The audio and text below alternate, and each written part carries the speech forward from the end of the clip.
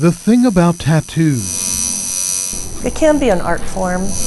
it can be anything you want it to be. It's like such a personal thing. Over the years, Vivine Lozanga has learned there are stories behind every one of them. It tells the person's intimate, personal story. And so we begin this story here with one of Vivine's clients, So much creativity. Kim Lavarello. You'll learn Kim and her twin sister Stephanie There was no doubt. made a decision that changed their lives. Removing anything that will cause fear. To me, what's so remarkable about the story that you're telling for Kim and for Steph is that they've saved lives. They've saved the quality of their lives. I love life. I love the fact that I'm still here. What's not to love when you've been handed a gift, a second chance at life for this Seattle artist I like to paint things that are very surreal, also based on personal experience. and her twin, who owns a boutique in Fremont? Spend just 5 minutes with the twins. Kim's tattoo, I've always been a little bit over the top. Yeah. So what could have been just You'll a notice they little- finish each other's Go ahead. so it started, sentences. you've always been into tattoos. Spend more time. I mean, everything. It's like, She moved to California and then I moved to California. You'll learn nothing happens to one of them Yes, that's true. everything Steph gets, I get. Yes. that doesn't happen to the other. She got a Russian boyfriend, I got a Russian boyfriend. It's weird. Yeah. I mean, I move here, she moves here. Here we are in Seattle. She gets sick, I get sick. Little clicks of radiation. Cancer. Not something I wanted. Stephanie gets breast cancer in 2005. I did a bunch of paintings during my chemo treatments. Kim gets breast cancer a year later. I didn't want anyone to see me. I was very insecure. The sisters want to know why them. The wig that she wore, I ended up wearing the same one. Is it something in their genes? And they learn All in the family. Yep. it is. In a weird way, I was like, oh, okay, well, that explains it. Twins test positive for a genetic mutation that increases the risk for breast cancer for those who have it. That explains why I got cancer at 35. The woman who discovered this gene is Mary Claire King, and she lives here. Now, I have to confess, I've never met anyone who's discovered a gene. All genes have their stories, and BRCA1 is my story. That discovery by Dr. King in 1990 leads to screenings for women with the potentially deadly mutations. I would like to believe that there are many women alive now as a result of this work who would not be alive otherwise. And those screenings save lives. Women can take action if they learn they have mutations in this gene. Yeah, it's pretty scary. It made me think a lot about how fortunate I was When you think of cancer, you think of death. to have the ability to make decisions to save my life. The twins' decision to get double mastectomies and hysterectomies come down to one thing. To remove what was going to kill me. So I like the idea that I can do something beautiful for them, a work of art rather than just trying to cover up the scar. Kim decided to get a tattoo, then Stephanie. I'm covering something and it's going to be beautiful. And you cannot see the scars either. The scars from all the reconstructive surgery. Yeah. I love her tattoo. It was more painful getting that tattoo than any surgery I ever had. This photo shoot is to celebrate their new look. Yes, live life, share my story. And the best news of all, Cancer-free. I am, yes. Yeah. Perfect.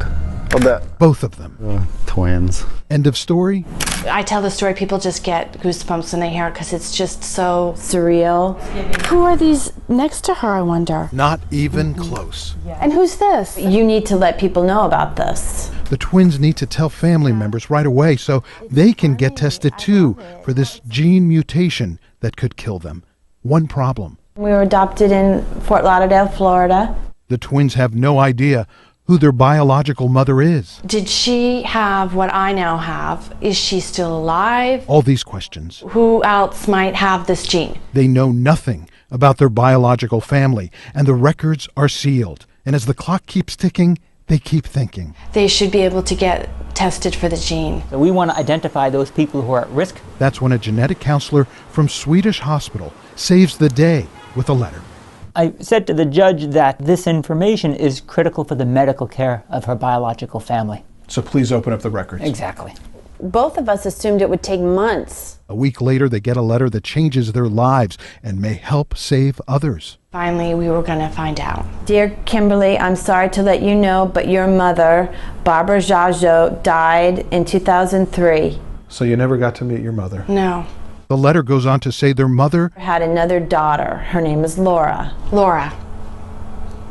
It's very surreal. I believe it was Steph that called me. Yes. Pretty intense. It's a little surreal. I said hello, you know, she says, hey, my name is Steph. I am your natural half-sister.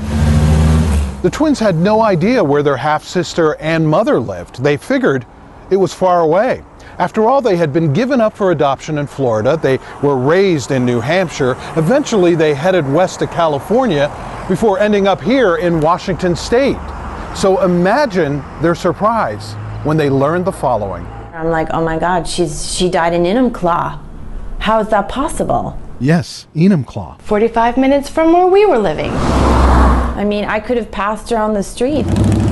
Here's our birth mother at our age. And the twins discover how their mother died. Oh my God, how did she die? Metastatic breast cancer. Breast cancer. Yeah.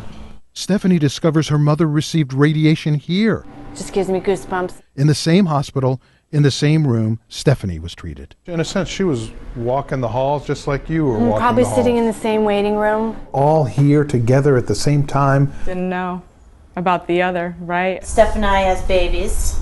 And now half-sister Laura Jajo knows what she needs to know. Yep. No cancer yet. As for the potentially deadly gene mutation, And I got tested and found out that I was also positive. Isn't that weird? now Laura will have to consider her options. She's already thinking ahead. The tattoos, covering up, you know, memories, scars, with a beautiful piece of artwork. If I have to go through that, I'm doing it too. You're helping her save her life. That's exactly what's happening. Yeah. My own view is that knowledge is power. There you go. The power is knowing if you're at risk, knowing you need to answer the question, what should I do now? I think a story like this will save lives. What a story, huh? I know. It's my story and I don't believe it. John Sharify, King 5 News. Their story is something else.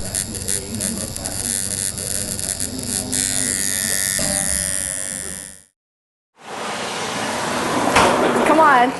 Come on. Laura J. Joe's life hasn't been the same I find myself actually saying that sometimes. ever since that phone call. Yeah, it was good news first. The good news, bad news phone call. She told me that she was my sister. Yes. Stephanie was on the other end of the line, telling Laura that she had not one but two sisters, To this day, I can't believe it. twins. That was the most mind-blowing part. They had the same mom, Barbara Jajo. who had died of cancer. Our mom was in that apartment. 45 minutes from where we were living. That's where we lived. How is that possible? Still 2-bedroom, 1 bathroom.